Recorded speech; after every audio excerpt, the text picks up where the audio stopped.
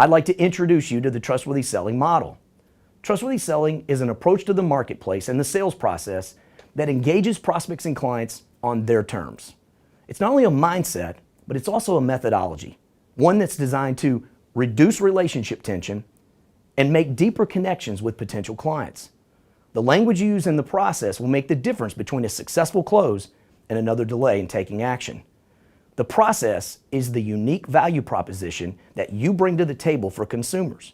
You provide them an opportunity to experience what it's like to have someone want to know about their family, their life, and what's important to them, to really understand them at a deep and meaningful level.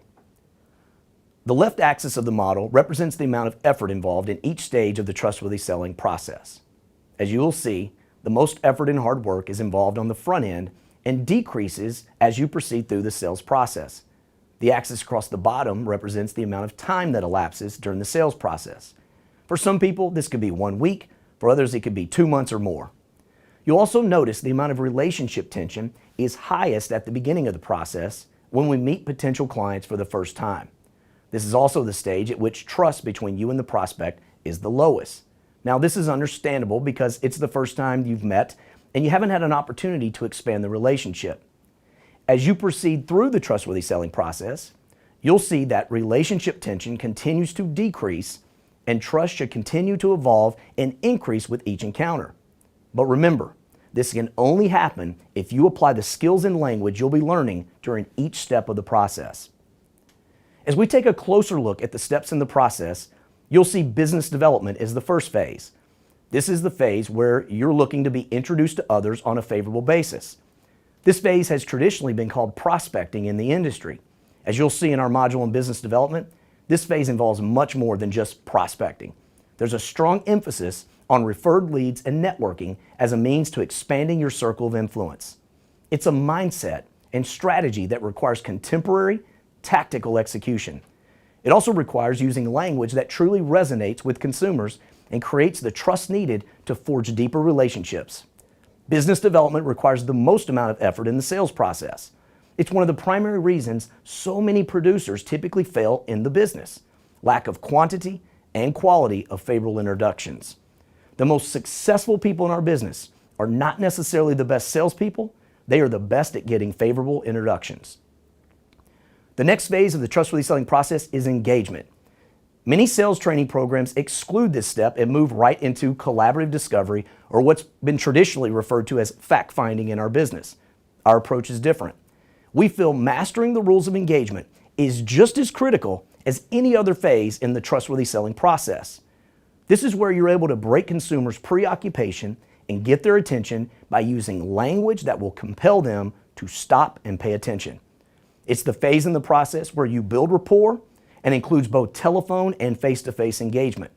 It's also the step in the Trustworthy Selling process where you make a positive first impression and begin to decrease relationship tension and increase trust.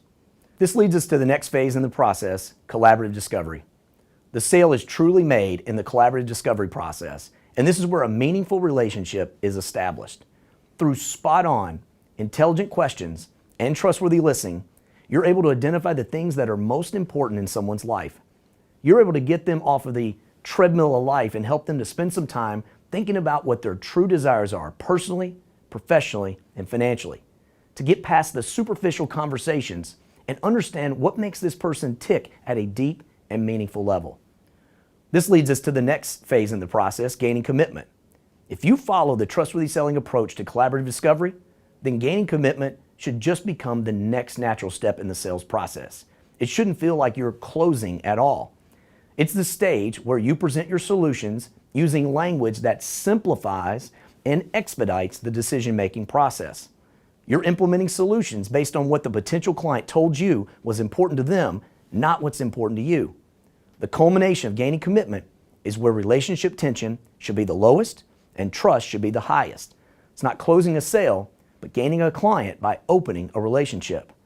The point at which the sale is made and someone becomes a client is where trust continues to evolve and tension continues to decrease as you develop an enduring relationship with that person.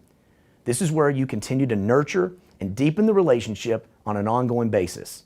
This is also the source for repeat sales and cross-selling opportunities, which takes the financial professional back to the review process and updated collaborative discoveries. We know from research that it takes about 20 hours to make an initial sale, but only 4 hours to make a repeat sale to that same client. So the profit is in the ongoing relationship, not the one-time sale. When looking at the typical sales process that's being followed by most financial professionals today, you'll see that very little time or emphasis is spent on the front end of the process, in particular in the collaborative discovery phase. Therefore, the closing appointment becomes the stereotypical hard sale or product pitch. And this is where many financial professionals end up validating the negative preconceived notion that there's a lack of trustworthiness in the marketplace.